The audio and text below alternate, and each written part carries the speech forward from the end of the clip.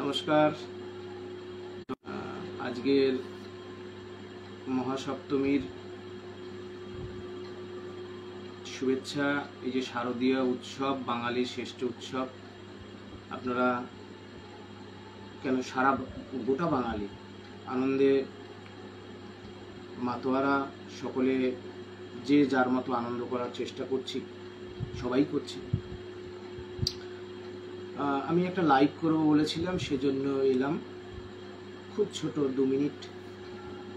তা আজকে জানতে পারলাম যে পুজোর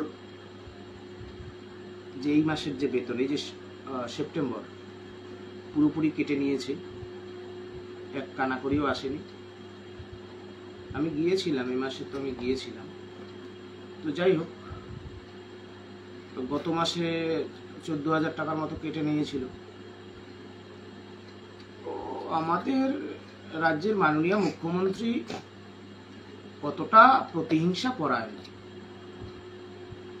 আমাদের যোগ্য চাকরি যদি চলে না যেত, তাহলে আমাদের তো আন্দোলনের প্রয়োজন ছিল না। চাকরিটা চুরি করলো কারা?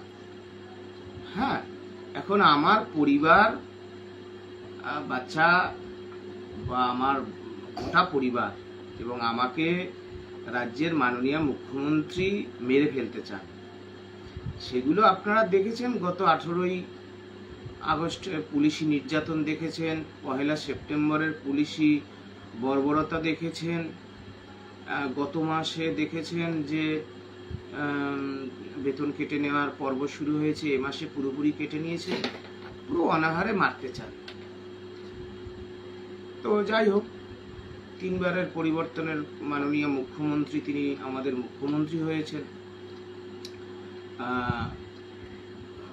লড়াই আন্দোলন লড়েছেন, হ্যাঁ, যোগ্য চাকরি চুরি করেছেন, তার মন্ত্রীরা চাকরি বিক্রি করেছে। এখন আমাদের সর্বশান্ত করছেন, না খেয়ে মারবেন। তো যাই হোক, যেহেতু দুর্গাপূজার এরকম একটা মরশুম চলছে,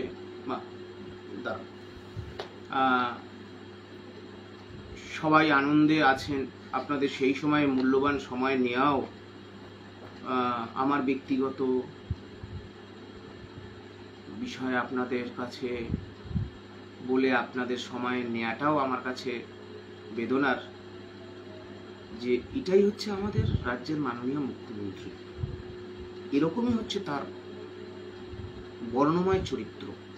তার আমলে চাকরি বিক্রি, যোগ্যদের চাকরি চলে যাওয়া, তার মন্ত্রীরা, নেতারা লাইন দিয়ে চাকরি বিক্রি করেছেন। আর এই তো হলো পরিস্থিতি। এখন হয় কি, যে লড়াই সংগ্রামে যখন আমরা নেমেছি, দুর্নীতির বিরুদ্ধে যখন এই লড়াইয়ে আমরা নেমেছি, পিছিয়ে মোড়ার জায়গা নেই, লড়াই চলবে। চাকরিহারাদের আমার অনুরোধ, সমস্ত চাকরিহারাদের অনুরোধ, নতুন চাকরি প্রার্থী 22 state, 23 state, SLST, group D, সবাইকে অনুরোধ, সরকারি কর্মচারী, বিভিন্ন সামাজিক সংগঠন, নাগরিক মঞ্চ, সবার কাছে অনুরোধ, পশ্চিমবঙ্গকে বাঁচানোর স্বার্থে আপনারা এগিয়ে আসুন। পুজো পর্ব মিটে গেলেই আবারও রাস্তার আন্দোলনের জন্য আপনারা প্রস্তুতি নিন। একটা বিশেষ উক্তি আজকাল খুব সমাজ মাধ্যমে চলছে, যে হেবির অস্থির হয়েও না, প্রস্তুত হও হে বাঙালি হেবির। দুঃখ তো লাগতেই পারে, কারণ এটা আজকাল পরশু 25 তারিখ স্যালারি হয়েছে। ভাবলাম হয়তো আসেনি। তা আমি মাননীয় যিনি বিদ্যালয়ের প্রধান শিক্ষক আছেন, তাকে জিজ্ঞেস করলাম, বলছে হ্যাঁ, সব বেতনটুকুই কেটে নিয়েছি। তা আমি তাকে ধন্যবাদ জানিয়েছি। ঠিক আছে, সকলকে শুভেচ্ছা, আপনাদের পুজো ভালো কাটুক, লড়াই আসুক, দুর্নীতির বিরুদ্ধে এই লড়াইটা লড়তে হবে, লড়তে হবে, আপনাদেরকে হাল ধরতে হবে, হেরে গেলে চলবে না। মনে যতই ব্যথা থাকুক না কেন, এই লড়াই থেকে কোনো অবস্থাতেই ফিরে যাব না, লড়াইটা চলবে। দুর্নীতির বিরুদ্ধে ন্যায়ের লড়াই, আমার যোগ্য চাকরি ফেরত চাই, সেই লড়াই চলবে। সকলকে এখানেই ধন্যবাদ জানিয়ে আমার বক্তব্যটা শেষ করছি।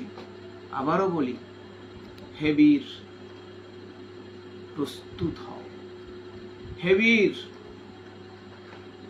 অধৈর্য হইও না, প্রস্তুত হও লড়াইয়ের জন্য, দুর্নীতির বিরুদ্ধে লড়াই। সকলকে ধন্যবাদ। যে আমাদের যে শারদীয়া দুর্গা উৎসব চলছে, তার মহাসপ্তমীর প্রণাম নেবেন গুরুজনেরা যারা আছেন, মায়েরা, বোনেরা, ছাত্র, যুব, সকলকে সস্থানে আমার শুভেচ্ছা এবং অভিনন্দন। ধন্যবাদ।